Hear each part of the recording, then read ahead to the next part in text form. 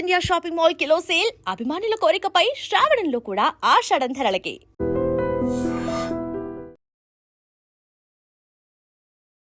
నమస్కారం, welcome to I dream. ధర్మ మార్గం విత్ విజిత కార్యక్రమానికి స్వాగతం.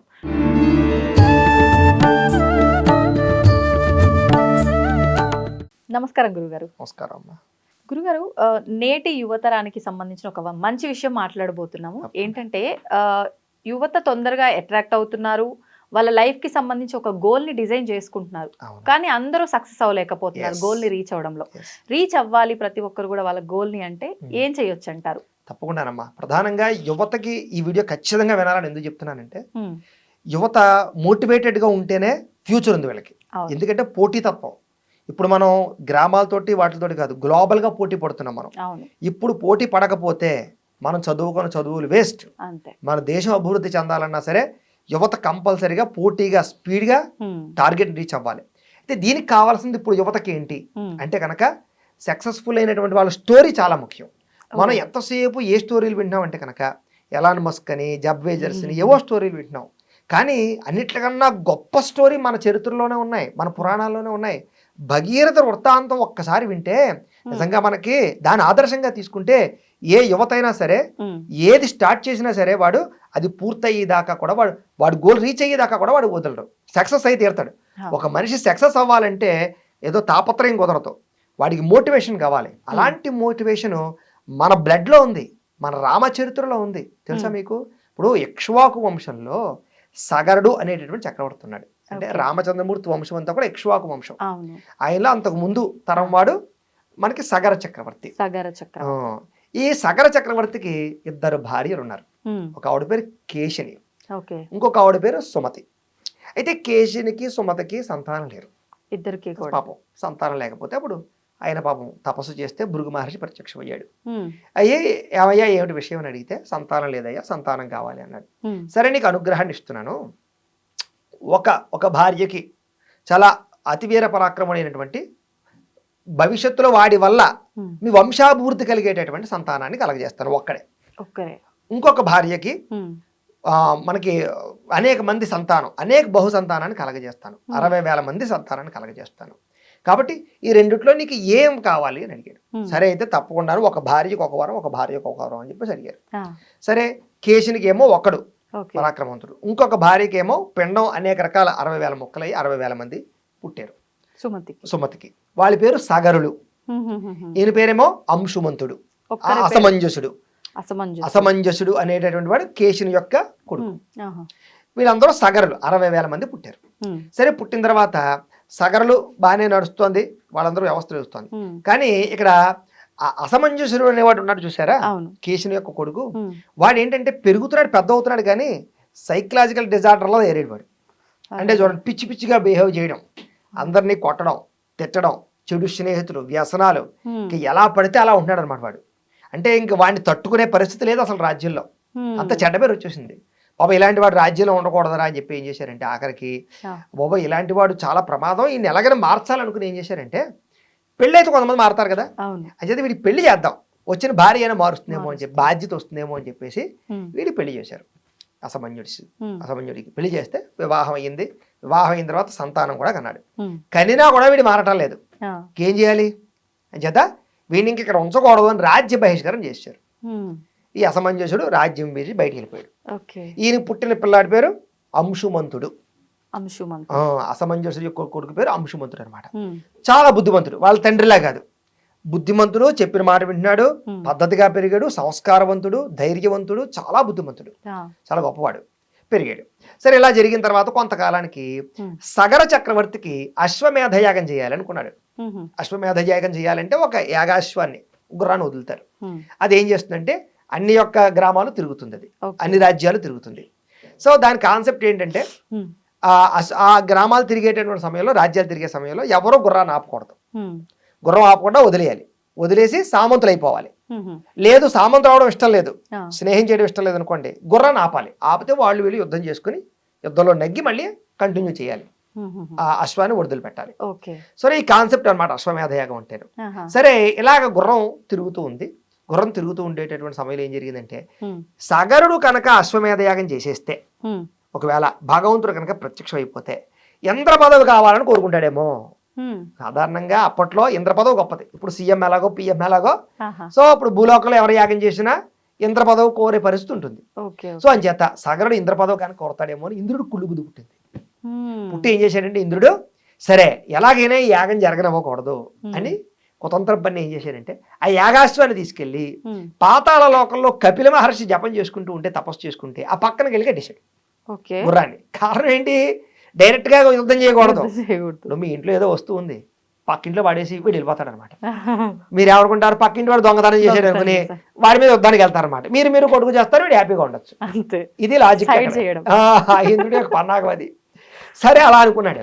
సరే ఎలాగైతే గుర్రానికి కట్టేశాడు. కపిల మహర్షికి ఏం తెలియదు, తపస్సు చేసుకుని కళ్ళు తెరవట్లేదు. సరే కొంతకాలానికి యాగాశ్వం మాయమైపోయింది. ఈ సగరుడు ఏం చేశాడంటే, ఒరే నాయన యాగాశ్వం మాయమైపోయింది, ఏమైపోయింది అర్థం అవటం లేదు, వెళ్ళి వెతకండి రా అని చెప్పేసి 60,000 మంది సగరుల్ని పంపించాడు. వాళ్ళు ఏం చేశారు? వాళ్ళు కూడా మంచి కొంచెం ఈర్ష్య ద్వేషం లేకపోతే కనుక అహంకారంతో కూడుకునే వాళ్ళు అన్నమాట. వాళ్ళకి కోపతాప అహంకారాలు. వీళ్ళు ఏం చేశారంటే ప్రతి చోటకి వెళ్ళడం, అందరినీ కొట్టడం. మా గుర్రం వచ్చిందా, మా గుర్రం వచ్చింది అంటే, ఇప్పుడు మీ బండి ఏదో పోయిందండి, అంటే మా బండి ఇలా ఏమన్నా దొంగతనం చేసిన వాడు కనపడ్డా, ఈ రంగులో బండి ఉంటుంది ఏమన్నా పట్టుకెళ్ళాడా అంటే వేరు. రెండు పీకేసి రే నా బండి ఎవడో దొంగతనం చేశాడు చూసావా అంటే సమాధానం చెప్తారు. దౌర్జన్యంగా అనమాట. అందరినీ కొట్టడం, బేబసం చేయడం, ఇల్లు పందులు అన్ని బదలు కొట్టేయడం, చెట్లు చేమలు విరిచేయడం, గత్తర చేసుకుంటూ పోయారు వీళ్ళు. ఇలా వెతుక్కుంటూ పోయేసరికి ఎక్కడా కనపడలేదు గుర్రం. సరే ఆఖరికి భూమి మీద అయితే లేదు, పాతాళ లోకంలో కానీ ఉందేమో అని మొత్తం స్వరంగాలు తవ్వేసి పాతాళ లోకంలో పోయారు వీళ్ళు. సరే పాతాళ లోకంలో కపిల మహర్షి ఆశ్రమం దగ్గర గుర్రం కనపడింది వీళ్ళకి. కనపడితే మంచి పొగరతో ఉన్నారు కదా వీళ్ళు, అహంకారంతో. ఆయన చేత గుర్రాన్ని పట్టుకుని వచ్చేయకుండా కపిల మహర్షి దగ్గరికి వెళ్ళి, యావయ్యా ఋషీశ్వరుడా, నువ్వు దొంగ తపస్సులు చేస్తున్నావు ఇక్కడ, కొంగ తపస్సులు, నీ తపస్సులు మాకు తెలియదా, నువ్వు దొంగవే, అలాంటివాడు ఇలాంటివాడివి అని తిట్టి బేపస్సం చేయడం మొదలుపెట్టారు వీళ్ళు. మొదలు పెడితే ఆయన కోపం వచ్చి ఏం చేశారంటే, ఒరే మీకు ఇంత అహంకారం ఉందనమాట, నా అలాంటి వాడు ఏమయ్యా ఏంటి గుర్రం ఎక్కడ ఉందని అడగకుండా సౌమ్యంగా మాట్లాడకుండా ఇంత అహంకారంతో మాట్లాడతారు మీరు అని చెప్పేసి చేతిలో నీళ్ళు పోసుకుని బూడిద గొప్పలు అయిపోగాక అని చెప్పించేశాడు. మొత్తం ఈ సగరులు 60,000 మంది 60,000 బూడిద గొప్పలు అయిపోయారు. ఇంకేమీ లేదు, భస్మం అయిపోయారు వాళ్ళు అనమాట. సరే ఇదంతా జరిగింది. మరి వెళ్ళిన వాళ్ళు ఎవరు కనపట్లేదు. సగరులు 60,000 మంది వెతకడానికి వెళ్ళిన వాళ్ళు ఏమైపోయారు? ఇప్పుడు ఏం చేయాలి అని చేత సగరుడు ఏం చేశారంటే కనుక ఈ అంశుమంతుని పంపించాడు. ఒరే నాయన మీ పెనతండ్రులు వెళ్ళిపోయారు, బాబాయిలు ఎక్కడ కనపట్టలేదు, వెతికి రారా బాబు అని పంపితే, ఈయన చాలా సౌమ్యుడని చెప్పుకున్నాం కదా, గుణవంతుడు, చాలా బుద్ధిమంతుడు, అందరినీ సామరస్యంగా గౌరవంగా ఏమండి మా 60,000 మంది మా బాబాయిలు ఎవరైనా కనపడ్డారండి, ఒరే బాబు వాళ్ళు బేపస్సం చేశారా చూడుగో, ఇలా వెళ్ళారు బాబు వెళ్ళు అని చూపిస్తే మొత్తం మీద అంతా వెతికేసరికి ఒక సొరంగం కనపడింది. అందులోకి వెళ్ళేసరికి అక్కడ గుర్రం కనపడుతోంది, కపిల మహర్షి కనపడుతున్నాడు, 60,000 బూడిద గొప్పలు కనపడుతున్నాయి. ఏంటి విషయం తెలుసుకుందామని కపిల మహర్షిని ప్రార్థన చేస్తే ఆయన కళ్ళు తెరిచి, ఒరే నాయన నీ బాబాయిలు అనుకుంటా వాళ్ళు వచ్చారు కరెక్టే, కానీ ఇలా మాట్లాడారు అని చేత వీళ్ళందరినీ భస్మం శపించి నేను భస్మం అయిపోయారు అని చేత ఒక గుర్రం అదిగో తీసుకుని వెళ్ళిన ఆయన అని చెప్పాడు. సరే తీసుకెళ్తాను కానివ్వండి, బాగానే ఉంది, సరే చనిపోయారు అలాగైతే చనిపోయారు, మరి వీళ్ళకి ఉత్తమ గతి కలగాలి కదా, మామూలుగా చనిపోలేదు వీళ్ళు, శపించడం వల్ల చనిపోయిన వాళ్ళకి ఉత్తమ గతులు ఉండవు, మరి వీళ్ళకి ఉత్తమ గతి కలగాలంటే ఎలాగండి అని అడిగాడు. చూడండి ఆది బుద్ధిమంతుల యొక్క లక్షణం.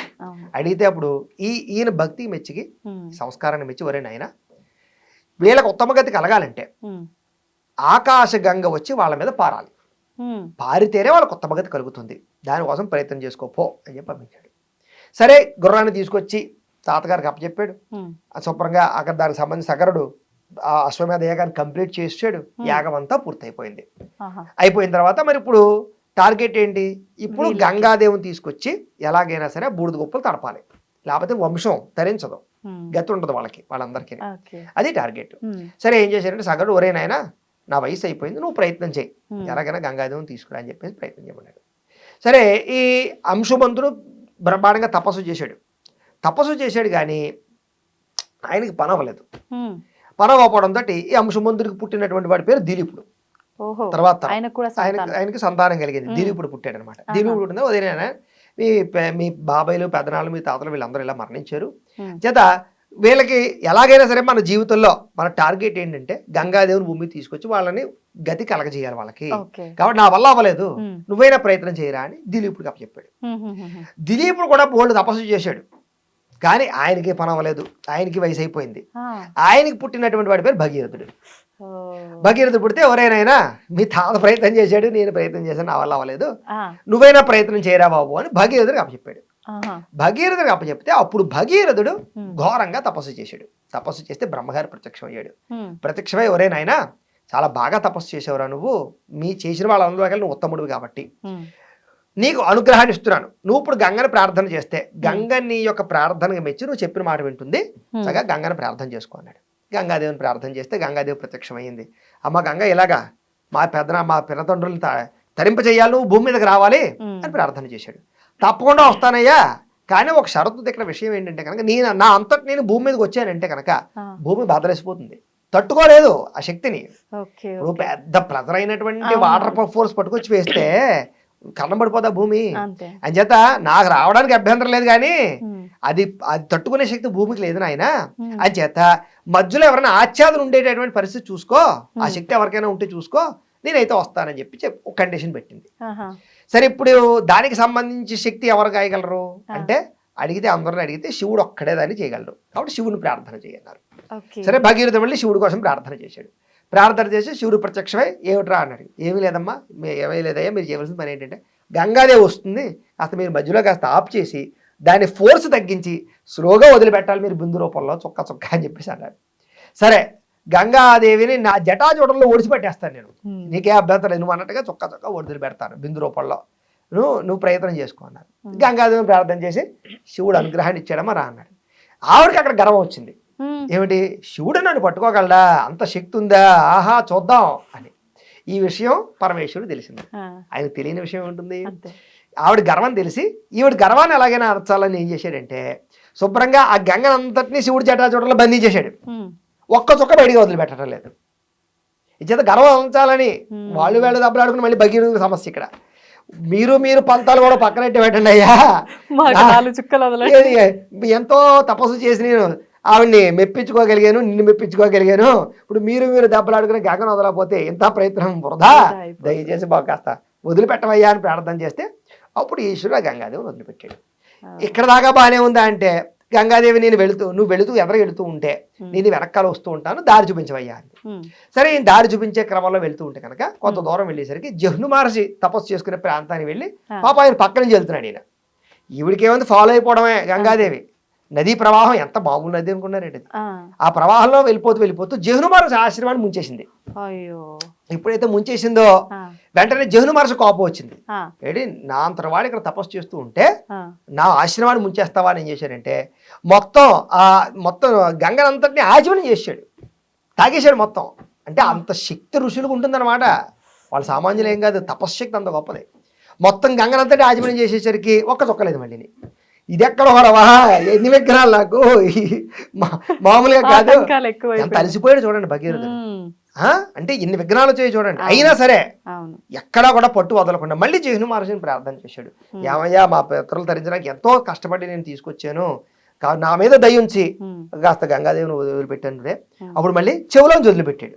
అందుకనే ఆవిడకి జాహ్నవి అని పేరు వచ్చింది. అంచేత ఆ రకంగా వదిలిపెట్టిన తర్వాత దాన్ని తీసుకెళ్ళి బూడిద గొప్పలు తరిపేసరికి అప్పటికి ఆ కార్యం పూర్తయింది జీవితంలో.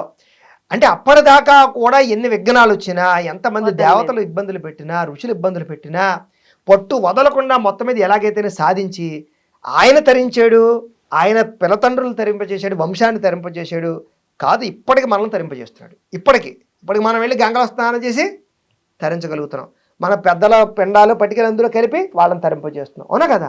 అంటే ఎప్పుడో చేసిన ఋషి యొక్క చరిత్ర ఇప్పటికి చెప్పుకుంటున్నాం అంటే అప్పుడు అలా చేశారు కాబట్టి ఇప్పుడు ఈ పితృతర్పణాలు మరి అవన్నీ చేసి మన పితరులు తరిస్తున్నారంటే గంగ వల్లే కదా. గంగలో ముంచితేనే వాళ్ళు తరించబడుతున్నారు. కారణం ఏంటి, భగీరథుడు వాళ్ళ పితరులను తరింపజాన్ని చేసినటువంటి గంగ ఈ రోజు మన పితరులను కూడా తరింపజేస్తుంది, మన తాత ముత్తాతలను కూడా తరింపజేస్తుంది. అంటే ఇక్కడ భగీరథుడు ఎంత గొప్పగా ఎన్ని విఘ్నాలు వచ్చినా కార్యం పట్టు వదలకుండా ఎలాగైతే సాధించాడో మన జీవితంలో కూడా ఏ పని ప్రారంభం చేసినా ఖచ్చితంగా విఘ్నాలు వస్తాయి. అద్భుతం అండి నిజంగా. అంటే ప్రతి ఒక్కరు ఏదైనా అది ఇంకా ఎన్ని ఆటంకాలు వచ్చినా వదలొద్దు, సాధించాలి. అంటే భగీరథుడు వృత్తాంతం వినాలి. కాబట్టి దానికి దైవ బలం కూడా కావాలి. మనం చేసే పని చేసేస్తున్నాం, మొండిగా చేసేయడం కుదరదు. దైవ బలంతో కూడుకున్నటువంటి ప్రయత్నం ఏదైతే ఉందో కాబట్టే అది ఆయనకి ఉపయోగపడింది, ఇప్పటికీ మనకు ఉపయోగపడుతుంది దైవ బలం వల్ల. అవును. నా అంత నాకే అనుకుంటే ఏమో. కాబట్టి ఇప్పుడు ఈ యూత్ కూడా ఈ కథ వినడం వల్ల మీరు తెలుసుకోవాల్సింది ఏంటి, అప్పుడప్పుడు భగీరథ చేయడం కాదు, అవును. మీ జీవితంలో అది ఏంటి, మీరు కంపెనీ పెట్టినా, ఫ్యాక్టరీ పెట్టినా, ఇండస్ట్రీని పెట్టినా దాన్ని ఆదర్శంగా తీసుకుని విఘ్నాలు వస్తాయి, సమస్యలు వచ్చి తీరతాయి, ప్రతి ఒక్కళ్ళు అడ్డెడతారు, కానీ వాళ్ళని మెప్పించి దాన్ని దాటుకుని దాన్ని సక్సెస్ చేసేదాకా మీ లైఫ్ గోల్ అది. మీరు సాధించలేరా, మీ కొడుకు అప్పచెప్పండి బాధ్యత. ఒరే కంపెనీ పెట్టాను రా, నేను అనుకున్న టార్గెట్ రీచ్ అవ్వలేకపోయాను, నువ్వు చెయ్యి పని. లేదండి అలాగే ఎలాగైనా సరే ఆ ఫీల్డ్ లో వాళ్ళ వంశం వృద్ధిలోకి వెళ్ళిపోవాలి అంతే. అంతే. ఇప్పుడు టాటా వాళ్ళు ఎలా అయితే ఓ స్థాయిలోకి వెళ్ళిపోయారు, అవును. అది భగీరథ ఆదర్శమే మనం ఇలా చెప్పుకోవచ్చు. చూసారా, యూత్ కి ఇది చాలా చాలా చాలా చాలా ఇంపార్టెంట్ అయినటువంటి మోటివేషన్ భగీరథ ఇచ్చారు. నిజంగా చాలా ఇంపార్టెంట్, చాలా వివరంగా కూడా మీరు వివరించారు. అంటే మనం ఇందాకే మాట్లాడుకున్నట్టు ఆ పురాణము ఆ కథని అలానే యాజ్ ఇట్ ఈస్ దించడం కాకుండా అసలు ఏంటి అనే నీతి అర్థమయ్యేటట్టు చాలా చక్కగా అలా చదివితే దాన్ని మనకు వేస్ట్, దాని వల్ల ఏ ఉపయోగాలు, టైం వేస్ట్. అది మనకి ఇలా చేసుకుంటే, మన జీవితానికి అన్వయం చేసుకుంటేనే అది మనకి అద్భుతమైన జ్ఞానం. ధన్యవాదాలు గురువు గారు. చాలా సంతోషం. తవ్వండి, తవ్వుతూనే శివలింగం సరే దాన్ని అట్లా కప్పేసేయండి, చూపించదండి. Krishna is there. మూర్తి పూజ కాదు, సాక్షాత్ బ్రజేంద్ర నందన భగవాన్ ఉన్నారు మూర్తిలో. ఏమీ ఆశించకుండా ఆరాధించే వాళ్ళు కూడా ఉన్నారా ప్రభుజీ? నిజమైన భక్తి అంటే మనకు తెలియదు కాబట్టి